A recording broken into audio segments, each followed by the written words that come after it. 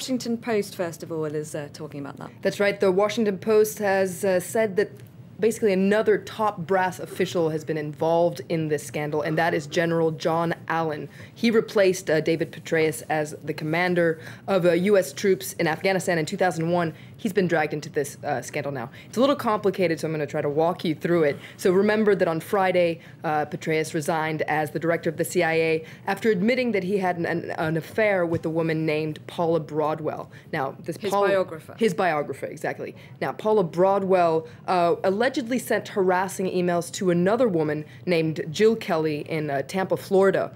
Now, this woman contacted the FBI after receiving these emails, and the FBI's investigation led to discovering this affair. Now it turns out that the FBI has discovered between 20,000 and 30,000, quote, potentially inappropriate emails between Jill Kelly, the woman in Florida, and General John Allen. So it's getting all very complicated. He's the man who replaced Petraeus in Afghanistan. That's right. He's the general who replaced Petraeus in Afghanistan. Now, it's unclear just what the nature of the relationship is, but according to the Washington Post, it calls into question General Allen's behavior, who apparently ignored the concerns and the high sensibility of the nature of his job by engaging in this personal relationship with a younger woman who was not his wife. Now, the Washington Post has been investigating this scandal and also points out that David Petraeus did not initially intend on leaving the CIA, which is surprising because everyone said, oh, he stepped down as soon as the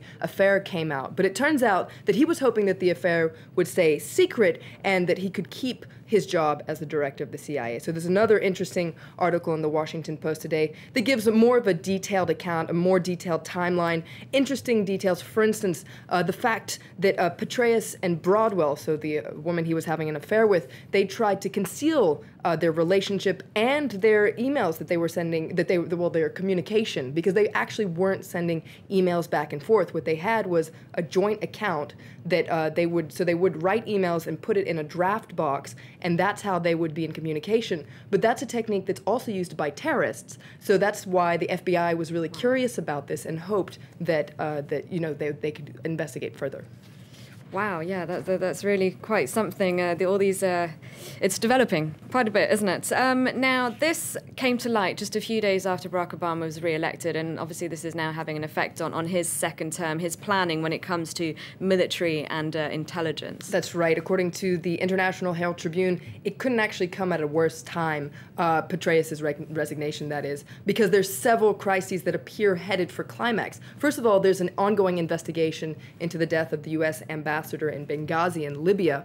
On top of that, it appears that we're at a crucial moment in the covert war against Iran. Now, on top of that, the administration is considering a more active role in Syria. And according to this article in the International Herald Tribune, Petraeus provided Obama with not only experience and contacts, but also political cover, because he was seen by Republicans as being a hero in Iraq and Afghanistan. So he gave Obama a lot of cover. And according to a U.S. official, he's critical to everything that's on the table right now. So whoever replaces him is going to have an important role and a big job to fill.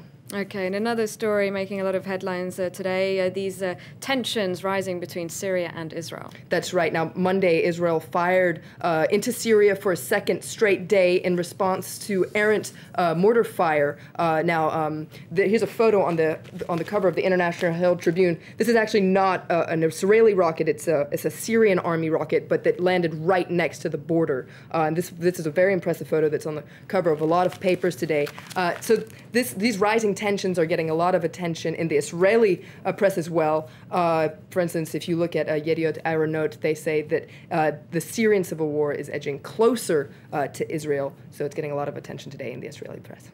Okay, that's all we've got time for. Thank you very much, Florence, for taking us through some of the international press. You're watching Live from Paris. Coming up, Athens gets some breathing space for its reforms, but the country will have to wait a bit longer for a much-needed loan